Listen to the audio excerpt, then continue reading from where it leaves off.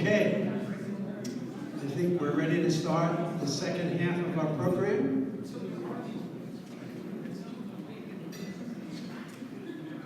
Wait for the YouTube man to be ready.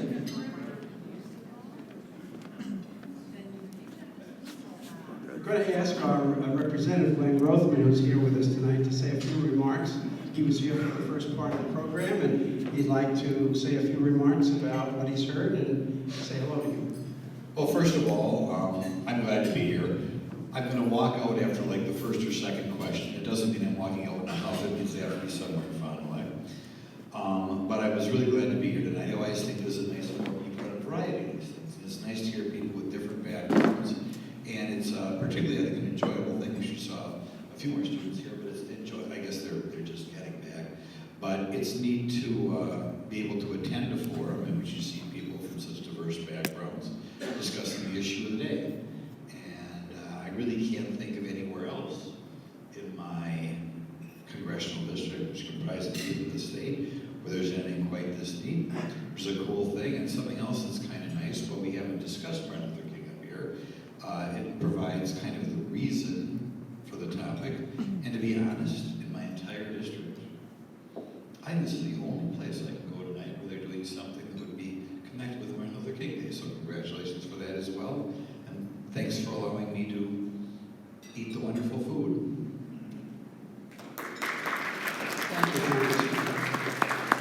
Thank you very much. Now, I'm going to go around to each of the tables. Hopefully you have selected somebody to summarize what you've discussed on the questions. I'd ask the panelists if you come back up to be on so that you can see and hear better from the dais. And after we hear from each table, we're going to give the panelists an opportunity to make some reactions to what you've said and what you've heard. If you have questions for the panelists, please raise them, and then they will not answer them immediately, but they'll answer them after we've heard from everybody. So, the panelists, if you just come back up.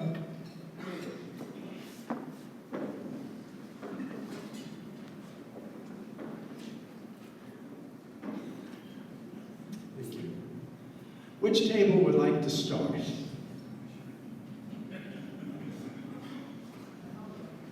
Okay, Jean Redden.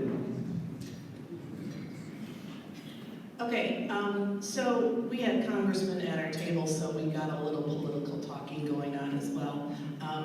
But overall, I would say some of the things that we talked about are, of course, Julia Manor here works with animals and how animals react and dogs react with fear and aggression. They're very connected, and so when they're fearful, they will sometimes become aggressive and different things that way, and how that might relate similarly to how people react in fearful situations in an aggressive manner because they're so connected. Am I saying that all pretty good?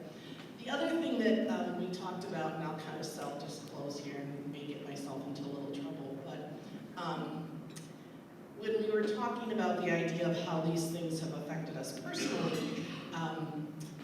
I came from a very conservative part of the state here in Wisconsin, and my family was very conservative and had what I would say would be some racist tendencies. And I went away to college and I went to a place where there was more diversity, more ethnicity, and so forth. And I found that I had more open-minded opinions of things until the day that my 17-year-old daughter came home to me and said, "Mom, I'm dating this boy and he's black." And at that point in time, I had the inner struggle with myself. Am I questioning this relationship because this is a normal thing for a mom to question? Or am I questioning some of the things that I'm seeing and hearing because he happens to be of a different race? And so my table thanked me for talking about it, and so I'm bringing it up here. It was something that was very troubling for me for several weeks that I had to struggle with internally, because it put me in that position of, you gotta walk the walk. And now I had to kind of deal with how do I do this, how do I react? And And that was one thing we also talked about as parents. When your child comes upon something naively and says, oh my gosh, this person's, this or that, and how do we react when our 3-year-old or 4-year-old says something that might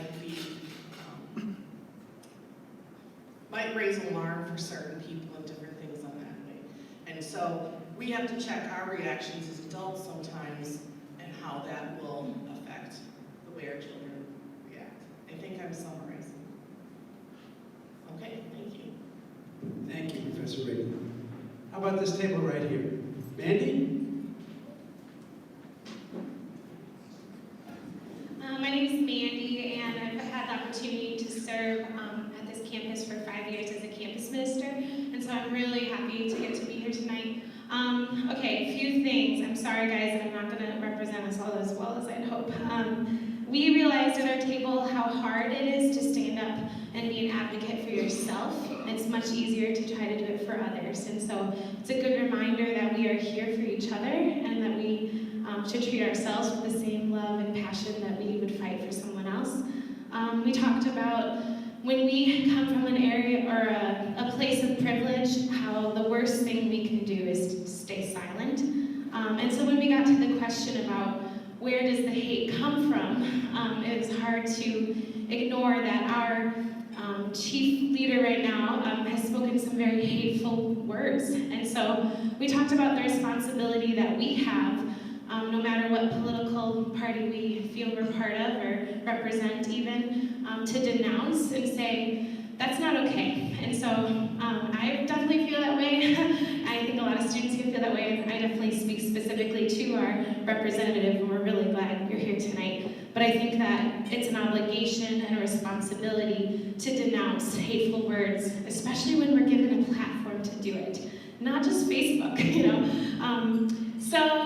then also we got to have the president here of our campus, so we got some special insight into his heart for leading the campus and responding to issues when he's able to. But we were also reminded that it's not just about statements that are sent out or shared in our newspapers, but it's about what we as a community can do, the events that we can have, and the people that we can speak up for, whether it's a public statement or not. And so we just felt really challenged to do that. And there were a lot more. We had a really good talk, so yeah. Thank you, Mandy. How about over here? Who is your representative here? No, see, this one's not that. This one's not me. When quick finger and something is not me. I'll come back. You ready? Okay. Professor Northrup. We have an absolute democracy with no leaders. I would like to compliment the panel because obviously they brought up topics that stimulated a wonderful discussion at our table. And I think one of the great benefits of this operation certainly will take, is that discussion that we had. One point came out of it which struck me as very powerful. How do we make this conversation extend out to people who don't always agree about the importance of love over hatred? Well said. Thank you so much. Over here, representative. Hi, my name is Michael, first year student here. So at our table we had a school teacher, Kat, and she told us a story about how while she was teaching she had to confront and deal with a student who made racist remarks toward another student. And upon a conversation with him, she found that his family portrayed similar racist views, and that the student didn't necessarily believe that, but that's his environment, so he portrayed those in the classroom setting. And our table also agreed upon that having conversations with other people and finding out what is truly in their heart and truly what they believe is a key factor in confronting the hate speech and rhetoric that we hear today. Kat also mentioned that hate speech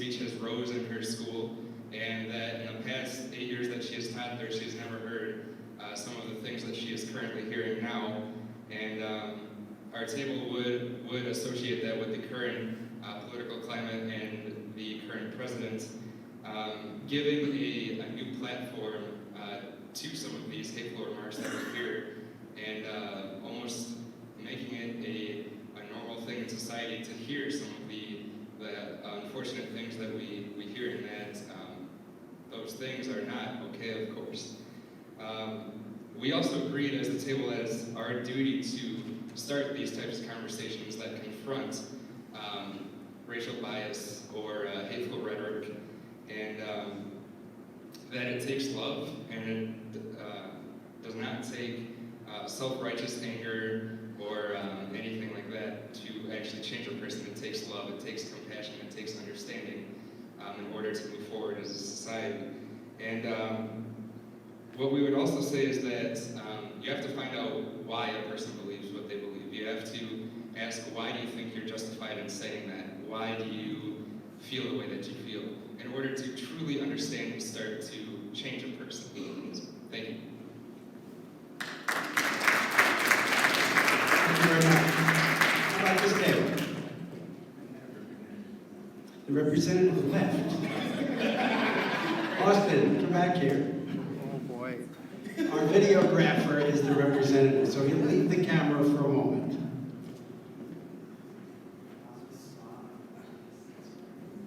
So I guess our group kind of talked about civil discussion in some of the classrooms. We had a couple of students here who were unfortunately had to leave us a little sooner than we had expected, but we basically kind of remarked on some of our discussions that we were having in the classroom, and some of the professors also chimed in on how they take opposing views in the classroom, and how do they respond to that, and keeping everybody civil and being respectful to one another, not going against certain comments at certain people, and trying to have a good political discussion. We kind of talked a little bit about that, so thank you.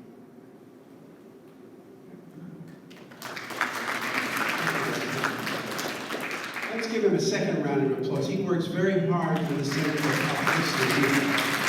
Thank you, Austin. Thank you. How about this table? We have a representative? The Dean, Dean Wigenbach. I tried very hard to give it away. Thank you for pointing at me. It's a very interesting table, by the way. We had 2 first-year students, 2 people who drove up from Madison, and 3 folks from Green Lake. So it's a nice representation of what the center does for the community here in the state of Plains. We're talking about a whole bunch of things, but I think the one point that near the end, we were talking about civil discourse and dialogue. And a very interesting point was raised about this idea of political correctness. And it was the idea here of, the point that was raised is, we have this strange phenomenon where the idea of treating people respectfully, right? Speaking about them in ways that they would like to be spoken about, and in ways using names for people and for groups that they find acceptable, they've chosen for themselves, has somehow come to be seen as oppressive of people's speech, right? And it seems like a very strange thing. Now, there's a segment of our population who's proud of being a jerk, that it shows how powerful they are and how free they are to say, to use an old example, instead of calling someone Irish American, to call them a Mick, right? That somehow this is a strong, powerful thing to do, and to not be able to say that is oppressive. And so we talked about that a little bit, like how did that happen? Why is it still happening? And then the point that came out of the second point raised there was how useful in some sense that is, because some of the people at our table didn't realize just how deep some of these attitudes are.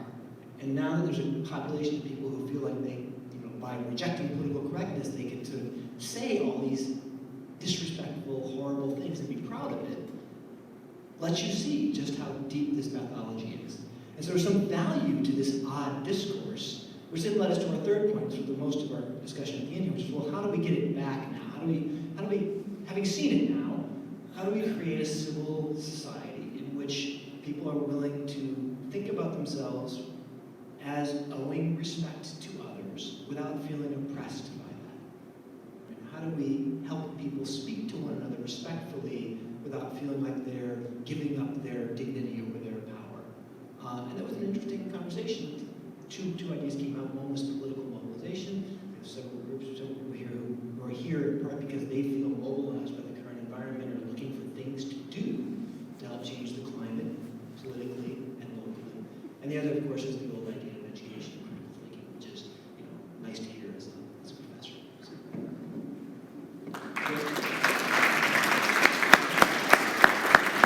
Thank you, Dean Weaver.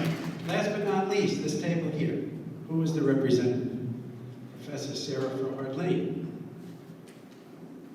Okay, we talked about some of the same things that I heard in the tables in the back there in terms of increasing awareness beyond just preaching to the choir concern. And so I thought maybe that was something that we could either through panelists or broadly talk about how do we have discussions like this beyond today for MLK Day or for MLK Week. How can this be part of a larger conversation for everybody on campus?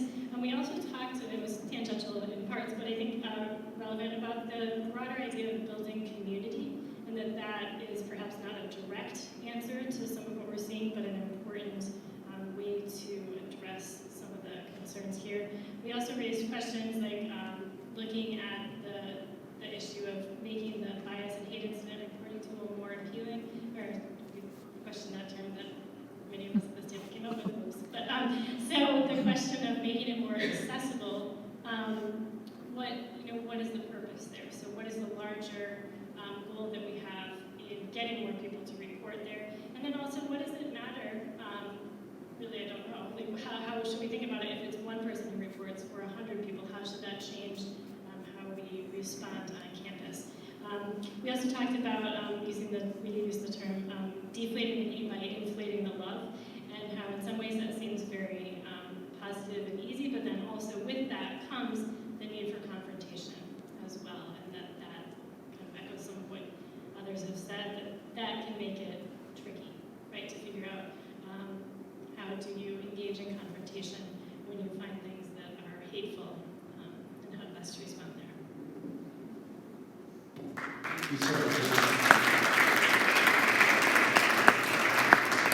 Thank you all for your very thoughtful comments. Apparently the discussions were very serious and very helpful.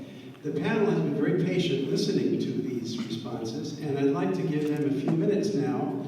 How do you react to what you heard tonight? And do you have any follow-up comments? Do you have any suggestions? Please. Well, first of all, ma'am, what is your name? Jean. Jean, I just want to say that, first of all, I don't think anyone in here views you any differently. I believe that was a very brave and courageous thing to admit. Because I will say that because of circumstance, all but one of my girlfriends have been not black.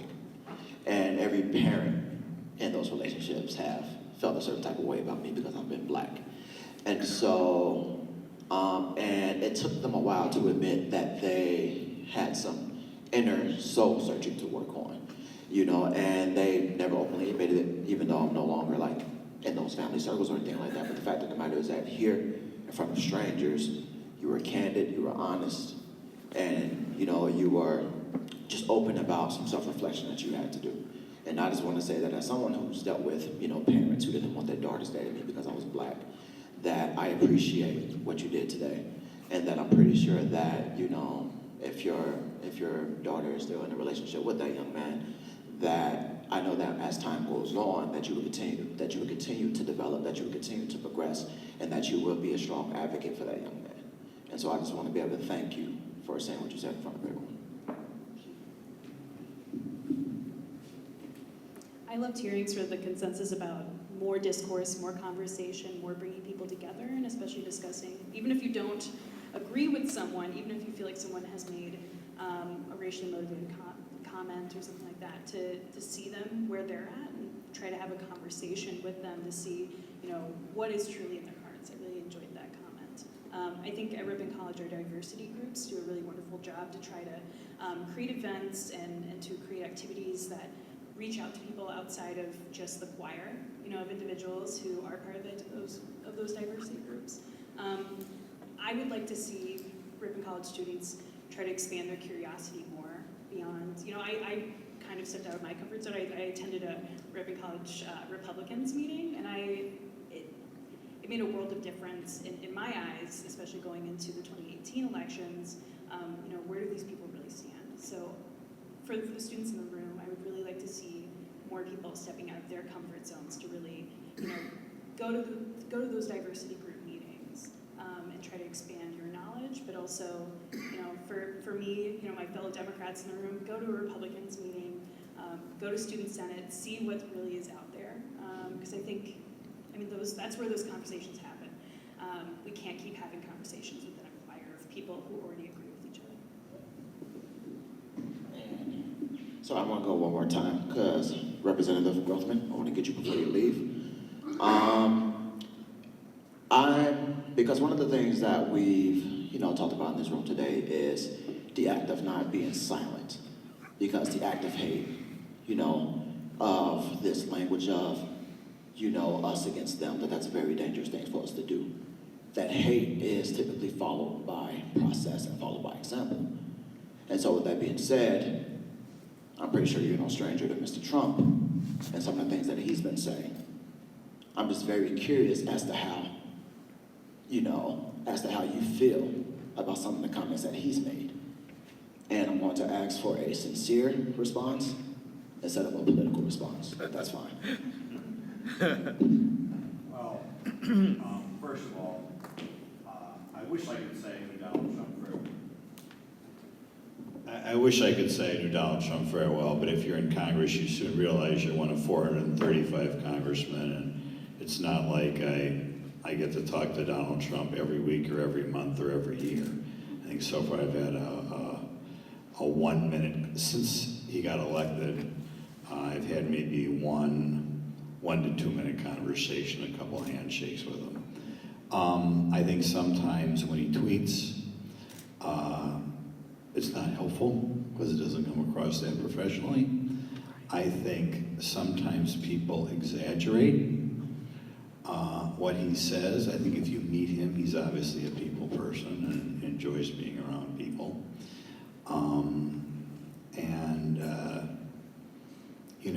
I think he is doing what he can to try to bring people together. I mean, if you meet him, that is just obvious.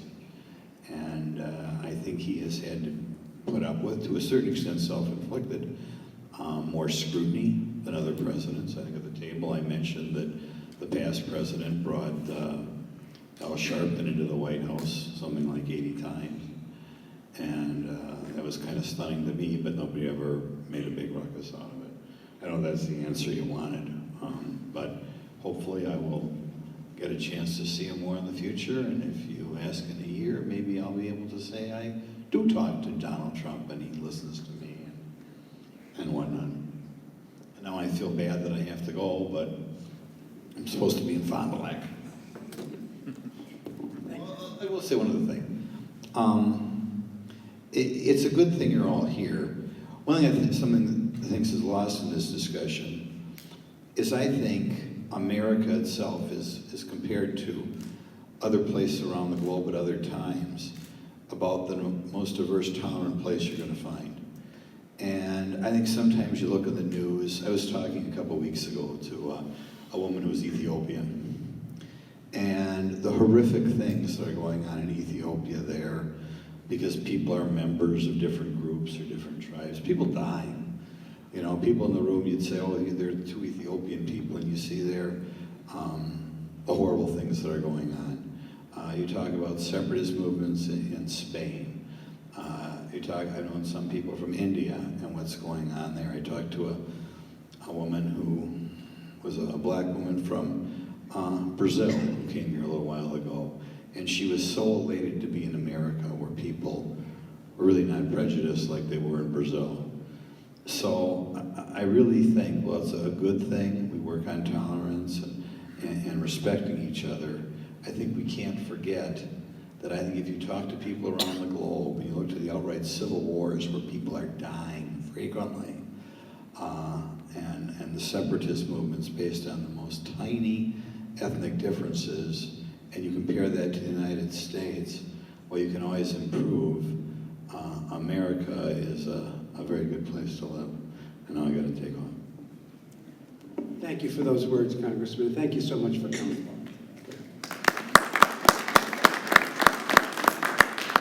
Some more reactions of our Yeah, panelists? just a sort of continuation on this theme. And what I'm about to say might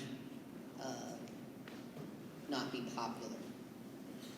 But I'm gonna say it anyhow, because I've never been too interested in popularity. Donald Trump did not cause the hatred that is currently going on in our society. He may fan it at times with his word choice, but it was there. It has long been there. And I don't want to belabor that history. But one of the processes of hatred itself, and I mentioned it briefly earlier, is the idea of scapegoating.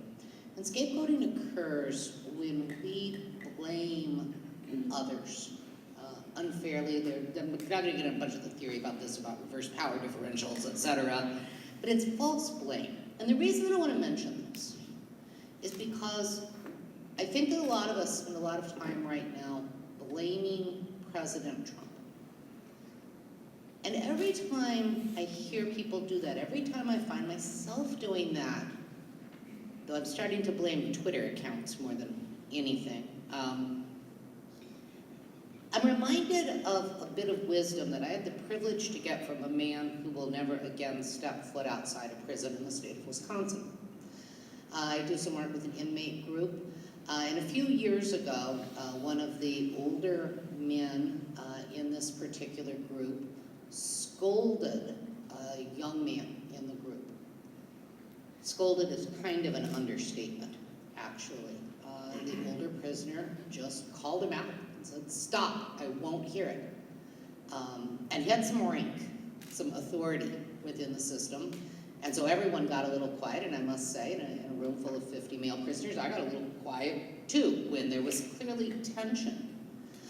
It was interesting to me why he called him out and what he called him out on. It's because the young man blamed his situation on his parents, on his teachers, on his school, on society, etc., etc., etc. And this elderly prisoner said, "No, if you don't claim responsibility for part of it, you have no power."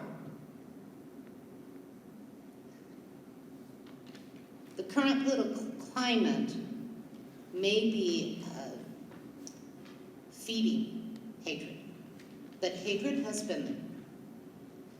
And until we claim some responsibility for it, we have absolutely no power over it, including no power to begin to break the cycles.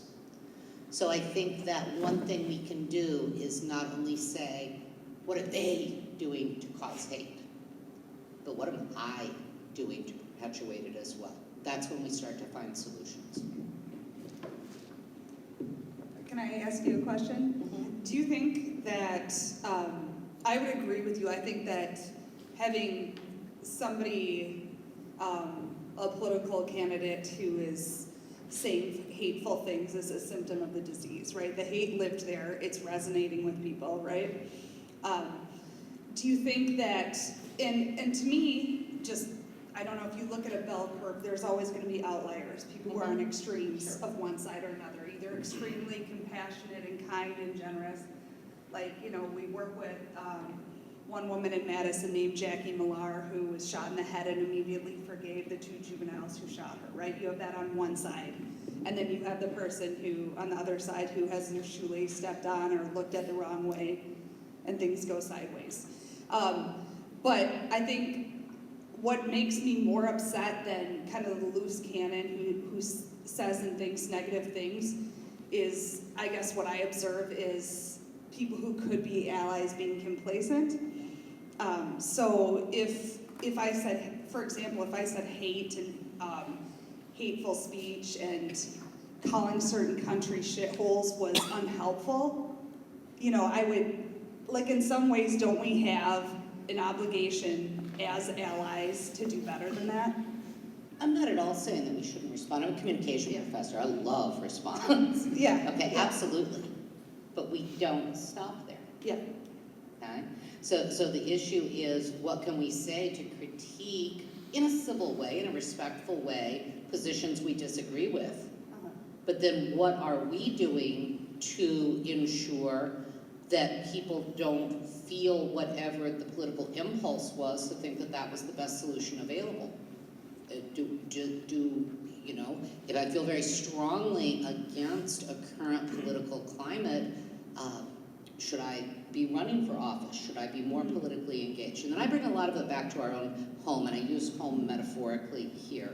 You know, what are we teaching people with our reactions? Hate is a process. A lot of Americans, quote, hate Donald Trump right now. You learn an awful lot about stereotyping and an awful lot about absolutism and about scapegoating in the way that many well-intentioned good people talk about a particular political organization right now. Our kids tend to learn behavior from us more so than everything out there. We don't, here's an old tried and true example I always used to explain that, but this won't apply to those of you who are younger. But those of you who are 40s, 50s, etc., remember back when perhaps you, but most of your classmates, either dressed like Madonna or Michael Jackson or the Bee Gees or whatever, and did you notice that then over time, we all kind of started dressing like our parents? Okay, our parents were so concerned about the influences out there on us, just like their parents were worried about the influence that Elvis and Jerry Lee Lewis were having on them, and on and on and on. And ultimately, the parents, the teachers, the local community leaders, the people that were around, they shape who we are. So our kids, yes, are hearing hateful things, hateful words sometimes, that someone like Donald Trump might be saying. Are they hearing hateful words from us too? The patterns are what worry me.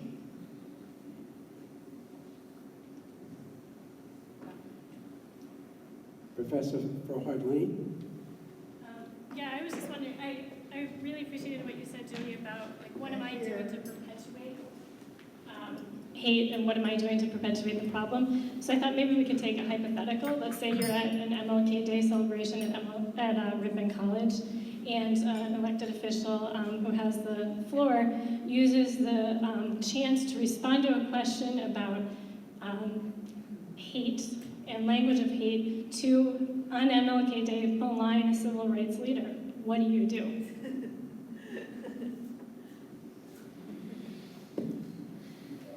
Reactions? So what do you do if you are hypothetically at an MLK Day celebration at Ripon College, and one of the panelists asks the elected official about the climate of hate, right? And we've just been talking about the need for confrontation and the need to react more strongly, and that elected official responds to that by maligning Al Sharpton and sort of implying that he is perpetuating hate. So suggesting that civil rights leaders themselves are the problem.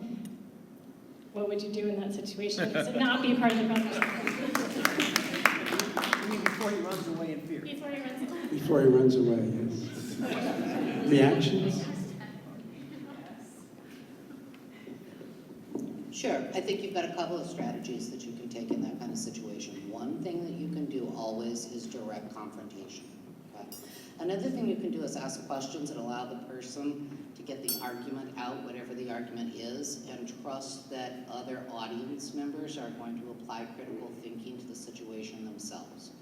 Sometimes you don't have to debate someone to win a debate.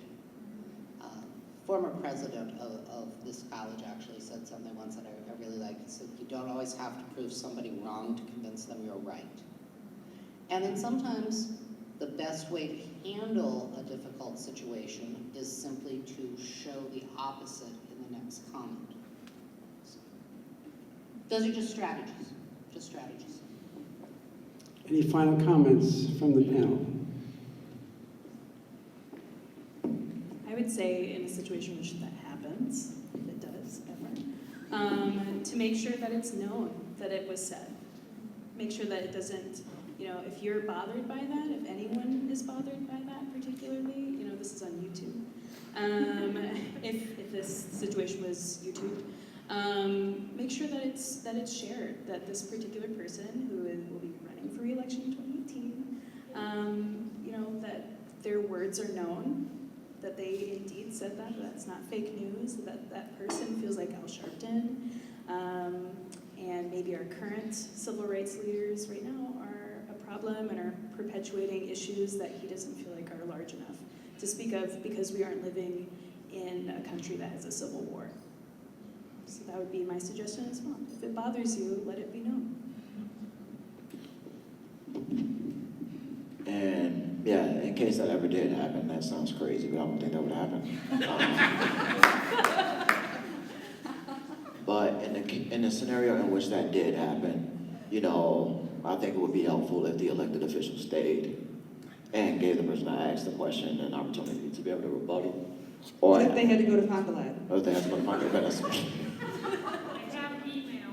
They could Yeah. hear from you tomorrow morning. Say that one more time, I'm sorry. I said they have email, they could hear from you tomorrow. Okay, cool, he will, if it happened. They could hear from you. But just asking that, you know, instead of alluding to other problems that are across the world, that he does his civic duty by addressing the problems that are in this country, instead of alluding to other places and trying to remove the blame from himself as an elected official, like, you know, or from us as, like, you know, from individuals and civilians, by trying to say, well, it's better in these other places.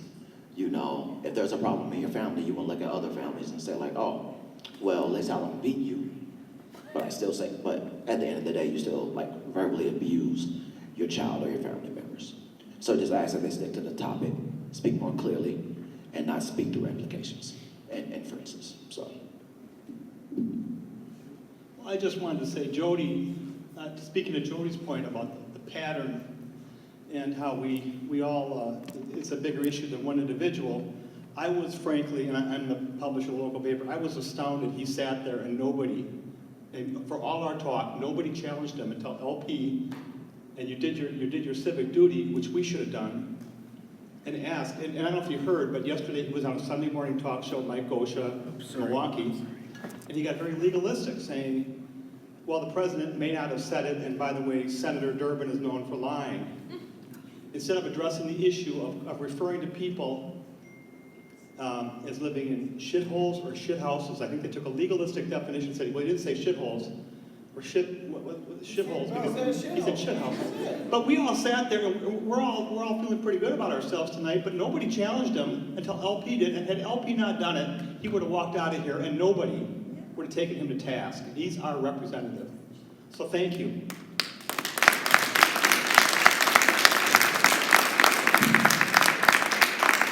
You will all be happy to know that during the break, my colleague, Henrik Schatzinger, and I spoke with the congressman and welcomed him, and he said, this is such a wonderful meal, let me give you some money for it.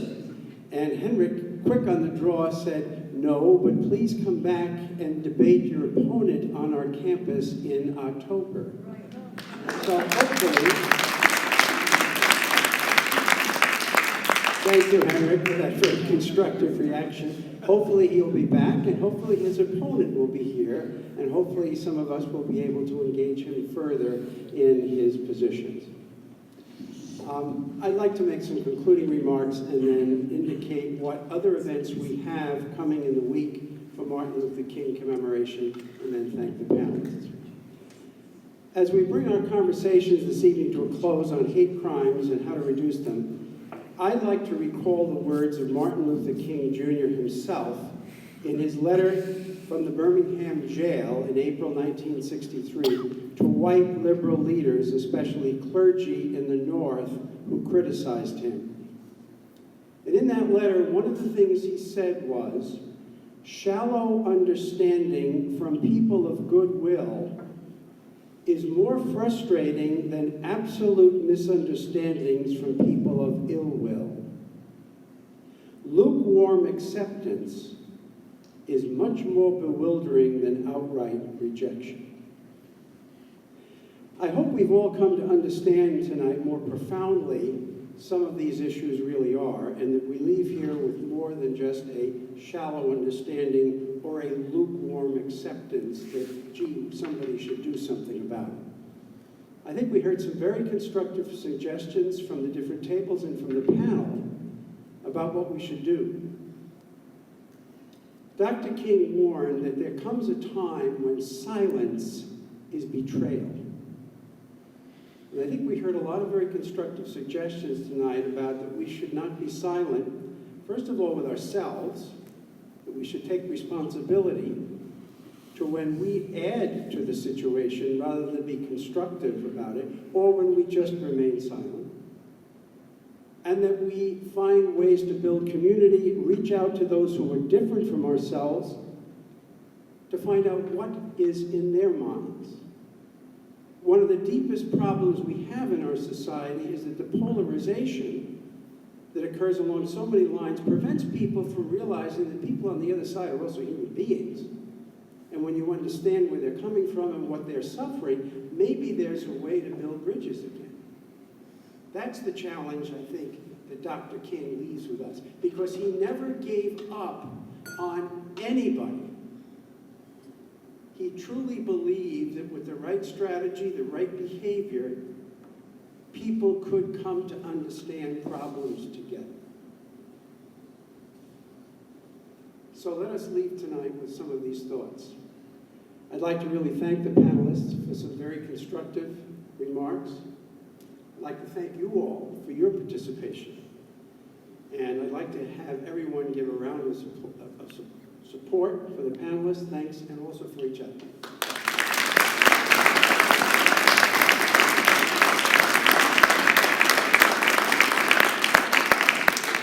Before you leave, let me just mention a few more events that we will be having here over the next week.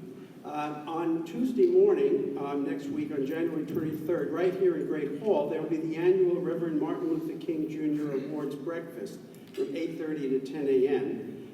In addition to the delicious meal and some fine music by the Choral Union, we will be giving awards for those who've lived the spirit of Dr. King in this past year: students, staff persons, faculty members. Next Wednesday evening, here in Great Hall, January 24th, from 7 to 8:30 p.m., we will have our keynote speaker for the week, Sammy Rangel, co-founder and executive director of the organization Life After Hate. The presentation will highlight the best practices and current strategies on working through hate. And our final event next week will take place on Thursday night, January 25th, in the Dom Heritage Room from 6 to 8 p.m., and it will be the showing of the film American History X. Living a life marked by violence and racism, neo-Nazi Derek Vineyard, played by the actor, will describe his life of being involved in hatred, trying to come out of it, and how that hatred has affected his family. So we hope that you'll be able to return next week for at least one or more of these events to commemorate the legacy that Dr. King has left us, that there is an unfinished business, but that the arc of justice bends slowly, but it bends directly and definitively in the direction of justice. May you all go forth to work for justice. Thank you for coming.